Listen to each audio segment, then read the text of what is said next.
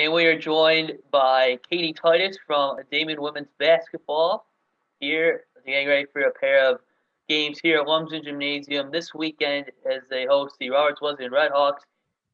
Katie, as of this broadcast, leads the East Coast Conference in scoring, rebounds per game, field goals made per game, 3-point field goals made per game, blocks, and steals. So, Katie, thank you for joining us today. And how are you doing?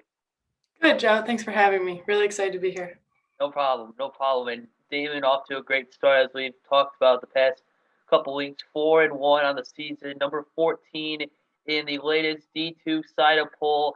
The best for David in the NCAA era. And Katie, I just want to know because you've been a big part of uh, Damon's turnaround here with this program the past couple of years.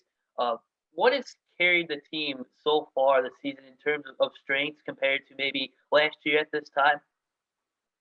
Yeah, so despite not having the preseason that we had anticipated and having a difficult start to the year with COVID and everything, um, our success, I think, so far really just comes down to the dedication of our teammates and us as a whole, and just the willingness to do anything to be on the court this year, despite the circumstances.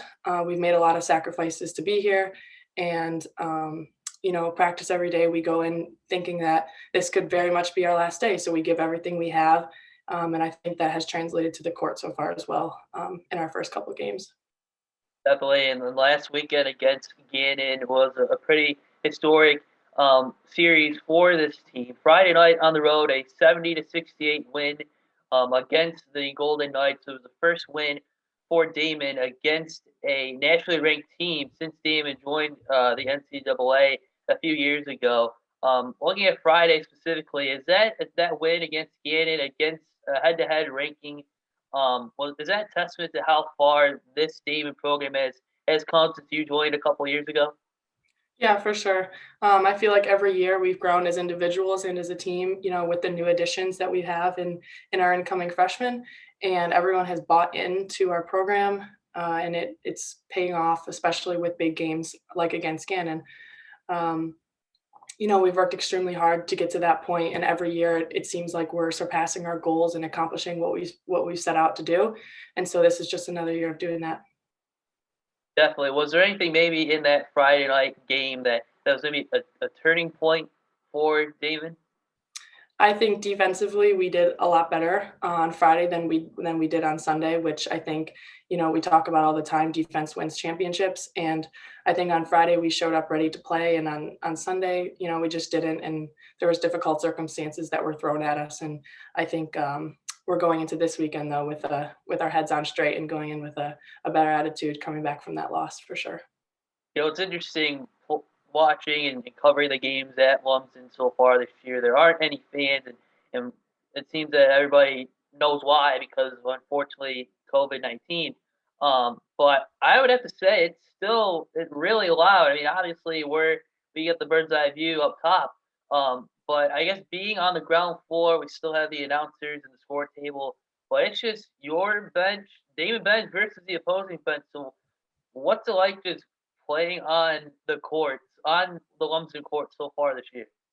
Yeah, it's definitely different. My parents are just about the biggest Damon women's basketball fans around, and it's sad that they can't be there with us. But again, the energy in the gym that's created by our bench and our coaches is, I think, a huge testament to everyone filling their role that we talk about and doing what they can do to help our team be successful. And we would not be the team that we are, today without the energy from our bench because it makes a huge difference on the court in terms of getting excited and being ready to play, especially in tough games like against Gannon. So we're really fortunate to have that, playing on the court and, great supporting teammates to get us there. And speaking of those supporting teammates, a lot of new faces coming in this year.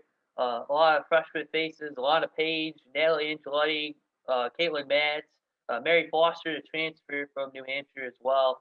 I guess how would you describe so far, Katie, now that you're one of the veteran leaders on this team, and kind of showing the younger players, showing Mary, another veteran, but how things are done here with Damon women's basketball? Yeah, it's definitely a unique year. Again, we got our preseason cut short, which is a huge, opportunity for us to learn, those fundamentals that we have in our program. And our freshmen and newcomers unfortunately didn't get to experience that. So far it's been a little rushed and it's a lot of pressure on them. But so far they have risen to the occasion and we're extremely proud of them. Great individuals as well as players. So we're happy to have them join us this year. And as the season progresses, they're only going to get more comfortable on the court. So we're just, encouraging them and excited to have them be a part of our team. And the next test for this team we mentioned a moment ago against Roberts Wesleyan, 2 games here at Lumsden, Friday night at 6 o'clock, and then Super Bowl Sunday at noon. I guess how do you see things matching up here between Wesleyan and you've had some experience playing them against this hot Damon team? Mhm. Well, Roberts is not a team to underestimate, that's for sure. They have a lot of newcomers as well as transfers from their to help their program as well. So we had a great week of practice coming off of that loss, and really worked on ourselves, focused on the scout. And so I think that that strong week of practice and being focused going into this weekend is definitely going to help us.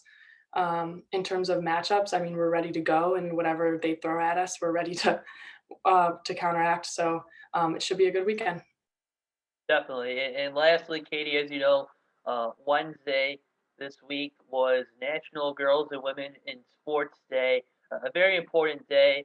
A lot has been turned in the right direction, and there's more that has to be done. But I guess from your perspective and in your words, Katie, what is the importance of the day? What does the day mean to you? And just women now having many opportunities as athletes, coaches, administration to be involved in sports, considering probably your grandmother's generation, mine as well. They didn't have these opportunities. So how important is the day and being a woman in sports? What does it all mean to you? Yeah, so I mean, I can be the first to say that I would not be the person that I am today without sports in my life. When I was younger, I played soccer and then basketball throughout my entire life. And the people that I've met, the experiences that I've had, the incredible coaches, everything that has been a part of my basketball journey wouldn't be possible, if we weren't given those opportunities. So I'm extremely grateful and proud to be a part of the sports community. And so we definitely have a long way to go in terms of equality, especially at the higher levels. But just proud to be a part of the community that women have created and the bond that we have. So looking forward to the future for sure. Definitely in the future for Damon as well, starting this weekend against Roberts Wesleyan. Katie, thanks again for joining us this week, and we'll talk to you again soon. Okay. Thanks, Joe.